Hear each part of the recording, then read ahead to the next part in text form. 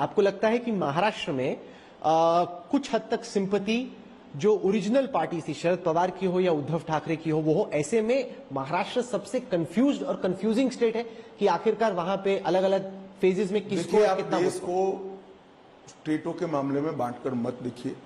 देश की जनता परिवारवाद को रिजेक्ट कर चुकी है, आप मेरी बात मान कर चलिए।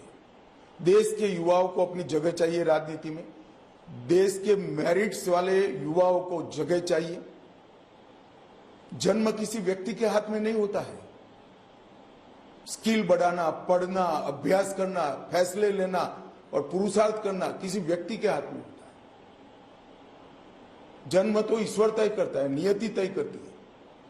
इसके आधार पर अगर व्यक्तियों को बड़ा और छोटा बनाना है, ये व्यवस्था अलोकतांत्रिक है और देश की जनता इसको रिजेक्ट कर चुकी है। और हम पर आरोप लगाते कि हमने उनकी पार्टी तोड़ी। मुझे एक बात बताओ, अपने बेटे की जगह उद्धव जी एकनाथ जी को पसंद करते थे, पार्टी टूटती क्या? बेटी की जगह अगर अजित पवार जी को पसंद करते तो पार्टी टूटती क्या? अपने बेटे बेटियों के कारण उन्होंने अपनी खुद की पार्टी तोड़ी है और आरोप हम पर लगा रहे हैं। भाई जिसका राइट था उसको दे देते।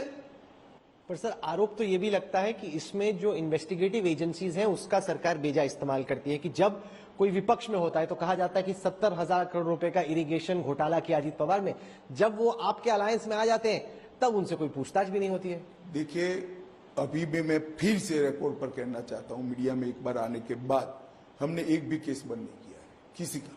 हाल ही में वो इंडियन एक्सप्रेस में रिपोर्ट आई कि 25 जो नेता विपक्ष के थे आपके साथ जुड़े, 23 में केस बंद हो। आप तय तक जाए ना, आप भी तो खोजी पत्रकार हो, तय तक जाइए। मैं आपको स्टेटमेंट करता हूं कि एक भी केस हमने बंद नहीं। पर सर, उसका दूसरा यह है कि उस तरीके से एक्टिवली आपने परसू भी तो नहीं किया, जैसे जब अगर वो विपक्ष में तो हर रोज ईडी का सामान आ रहा है। चार्जशीट कोर्ट के सामने है, कोर्ट को अब केस चलाना है, परसू क्या करना है? कोर्ट हमारे कहने से नहीं चलती है। नहीं, पर इन्वेस्टिगेटिव एजेंसी तो उस जोश से नहीं लड़ती जब विपक्ष में होता है समन समन समन। ऐसा आप मानते हो, ऐसा आप मानते हो। ये तो राहुल जी और सोनिया जी पर केस है, वो भी कहां चल रहा है। चिदम्बरम साहब पर केस है, वो भी कहां चल रहा है। वो क्या हमारे में आ गए हैं क्या? 9 साल हो गए राहुल सोनिया पर केस हुए।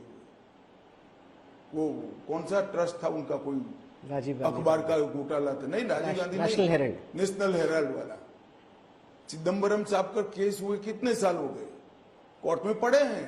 हमने हमारा काम कर दिया है। तो आप कह रहे हैं जैसे प्रफुल्ल पटेल तुम कहते हो तो फास्ट करा देते हैं, कोर्ट को रिक्वेस्ट डालते हैं, फिर कहेंगे कि विंडिक्टिव अप्रोच है।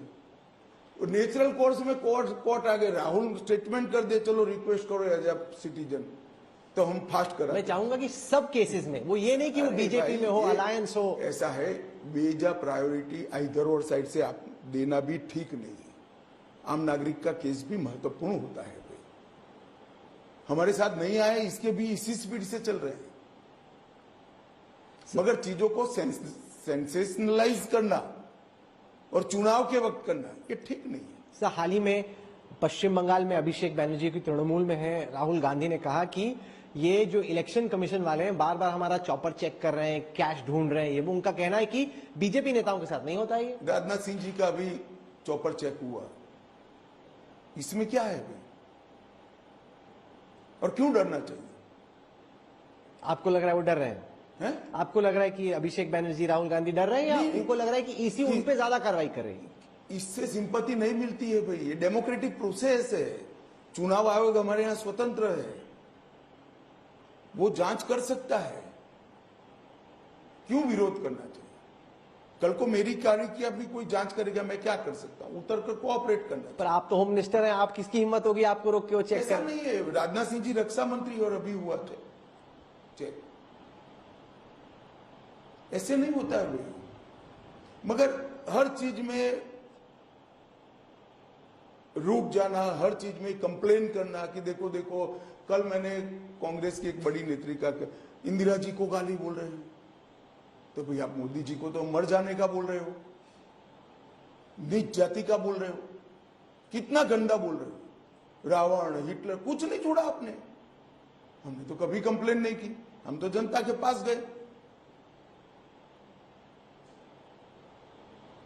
सर हम और गांधी परिवार में जन्म लेने से क्रिटिसिज्म से ऊपर हो जाते हैं क्या?